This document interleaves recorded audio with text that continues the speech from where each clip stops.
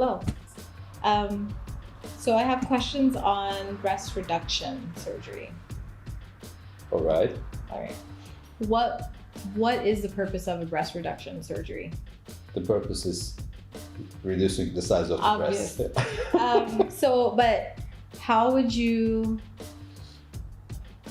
What would trigger the suggestion of a breast reduction? Usually patients have chronic pains.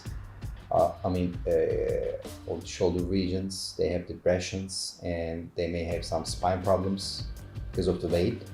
Also, some dermatologic issues, usually in the fold region of the breast, inframammary fold, the folding area. They may have chronic dermatitis and sometimes fungal infestations in that region, rashes in summertime, and also some self-esteem issues also.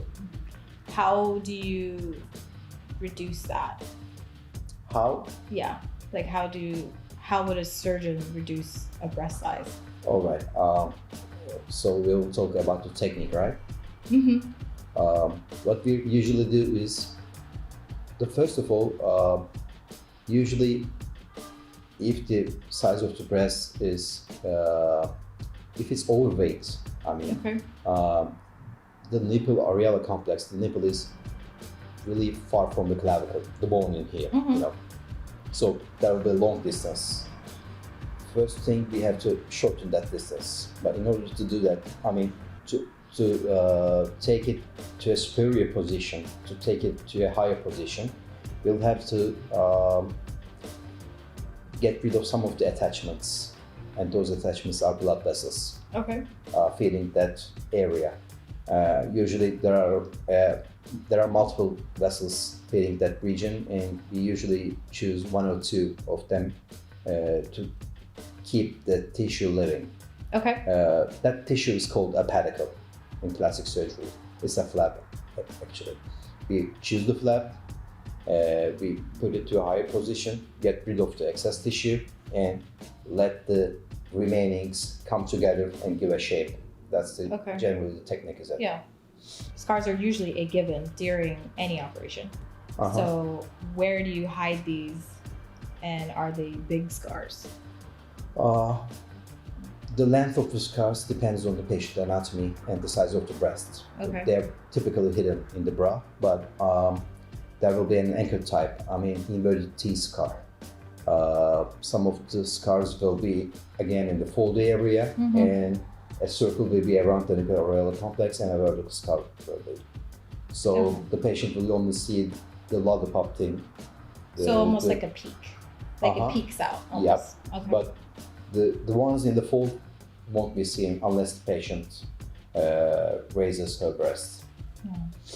When recovering, are there specific things I should be concerned with? For example, how should I sleep? Should I sleep upwards, like facing up, or on my side, or would I be concerned with? It's supine position, always facing upwards. You typically I prefer 2 weeks, and then patient can sleep on her side. Okay. But a prone position won't be allowed for a month. Oh, for sure. Can I sleep sort of elevated? No, you don't have to. Okay. But that's okay to do? Yeah, sure. Okay. What about bending? Like if I'm going to bend down and pick something up, can I bend forward or? Yeah, you can bend forward.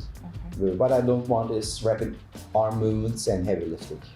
If you have a child, I don't want you to take your child, what you call it, napping or something. I don't want it.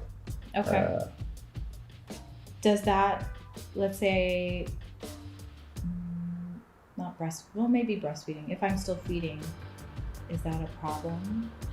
If you're still feeding, that won't be a surgery. Okay. You'll have to wait for a year. Okay. And then afterwards, with the breast reduction, how long does it take for recovery for my breast to, settle into its permanent shape? Permanent shape, in my practice, is almost 3 to 6 months. But in 10 days, usually the patient will go back to her daily routine, you know. While again, exercises and that sort of things will take him off. Okay.